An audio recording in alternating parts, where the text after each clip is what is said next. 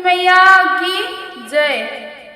दोस्तों, मैं आप सबके सामने एक अवसानी माँ की विदाई गीत लेके आई हूँ।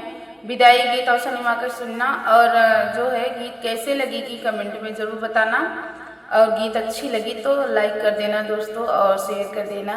तो आइए अवसानी माँ की गीत सुनते हैं। करी हम विदाइया माई मांगिला मंगनवा मैया दई के जायुना। करिला विदाई माई मांगिला मंगनवा मैया दई के जायुना। मैया दई के जायुना। मैया हमारो मंगनवा पूरा कई के जायुना। मैया हमारो मंगनवा पूरा कई के जायुना। पहिला मंगनवा मांगी मांगी का से ढोरवा मैया दई के जायुना। मैया दई के जायुना।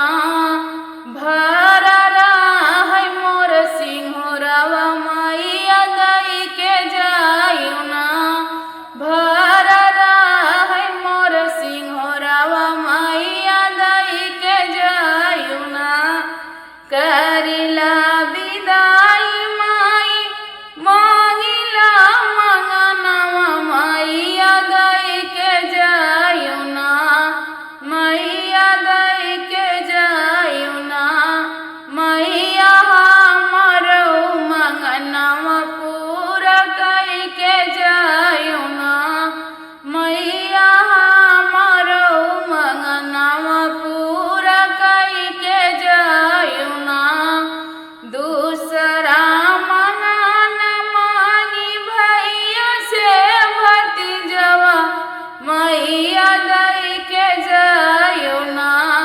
मैया दई के जायुना। बढ़ दिन दिन बीरनवा मैया दई के जायुना। बढ़ दिन दिन मोर बीरनवा मैया दई के जायुना। करिला विदाई माई मांगिला मंगनवा मैया दई के जायुना। मैया दई के जायुना। मैया हमारो मंगनवा पूरा कई के जायुना। मैया हमारो मंगनवा पूरा कई के जायुना। तीसरा मंगन मांगी सुखी परिवारवा मैया दई के जायुना। मैया दई के जायुना। हमारे गोदी में ललनवा मैया दई के जायुना। हमारे गोदी में ललनवा मैया दई के जायुना। करिला विदाई माई मांगिला मंगनवा मैया दई के जायुना। मैया दई के जायुना। मैया हमारो मंगनवा पूरा कई के जायुना। मैया हमारो मंगनवा पूरा कई के जायुना। चौथा मंगन मांगी धन दौलतिया मैया दई के जायुना।